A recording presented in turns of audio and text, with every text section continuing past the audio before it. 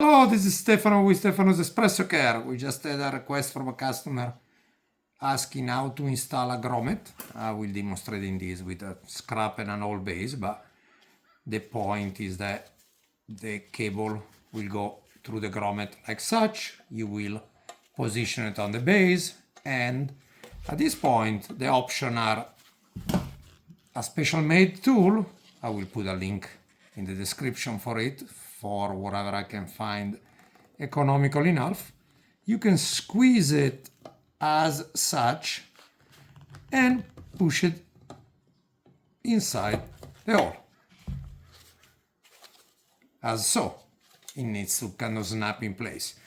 Another option is a pair of pliers, like so, and you'll be doing exactly the same in removing it.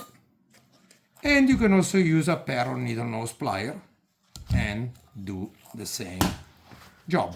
Consideration, of course, is the width and the diameter of both the grommet, the hole, and the cable.